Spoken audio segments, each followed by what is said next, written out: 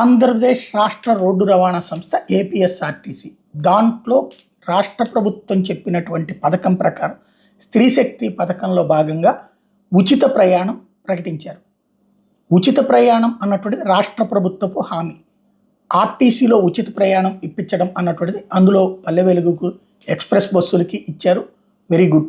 ఇప్పుడు దానికైన ఖర్చుని ప్రభుత్వం చెప్తున్నటువంటి లెక్క 350 కోట్ల రూపాయలకి సరిపడినటువంటి జర్నీలు చేశారు.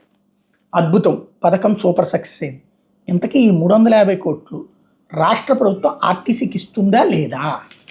ఎందుకంటే ఆర్టీసీ అనేటటువంటి సంస్థ ఎట్లా బ్రతుకుతుంది? ఈ డబ్బులతోనే కదా. ఈ డబ్బులు ఇస్తే ఆ డబ్బులు తీసుకుని వాళ్ళు కొత్త బస్సులు కొనుక్కోవడమా లేకపోతే వేరే చేయడమా చేయాలి.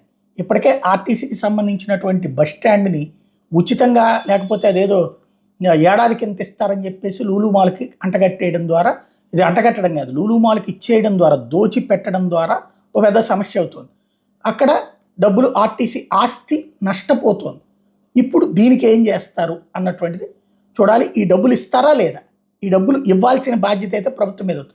రియంబర్స్ చేయకుండా ఈ డబ్బులు కనుక ప్రభుత్వం కట్టకపోతే ఆర్టీసీ ఇవాళ బాగానే ఉంటుంది. 2 ఏళ్ళు 3 ఏళ్ళు 4 ఏళ్ళు. ఆ తర్వాత ఒకప్పుడు కర్ణాటక బస్సులు అంటే సూపర్.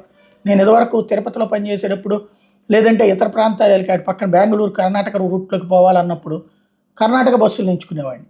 ఎందుకయ్యా అంటే దాంట్లో దాన్ని ఏమంటారు, మన స్లీపర్ల కంటే స్లీపర్లతో పాటు స్లీపర్లకైతే కొంచెం రిలాక్స్డ్గా ఉంటాం. అక్కడ దాని స్లీపర్లు చాలా అద్భుతంగా ఉండే మెయింటెనెన్స్. దాంతోపాటు హైటెక్ బస్సులు ఏవైతే సీట్లో కూర్చునేవి ఉంటాయో కాస్త వెనక్కి వాళ్ళేవి, అవి కూడా చాలా అద్భుతంగా మెయింటెనెన్స్ ఉండేది మన ఆర్టీసీ బస్సులతో పోల్చుకుంటే. ఈ మధ్యన చూస్తే పరమ దరిద్రంగా తయారై ఉన్నాయి. ఏంటంటే డబ్బులు లేవు అక్కడ. ఆ పరిస్థితి మన బస్సులకి రాకుండా చూసుకోవాల్సిన అవసరం ఉంది.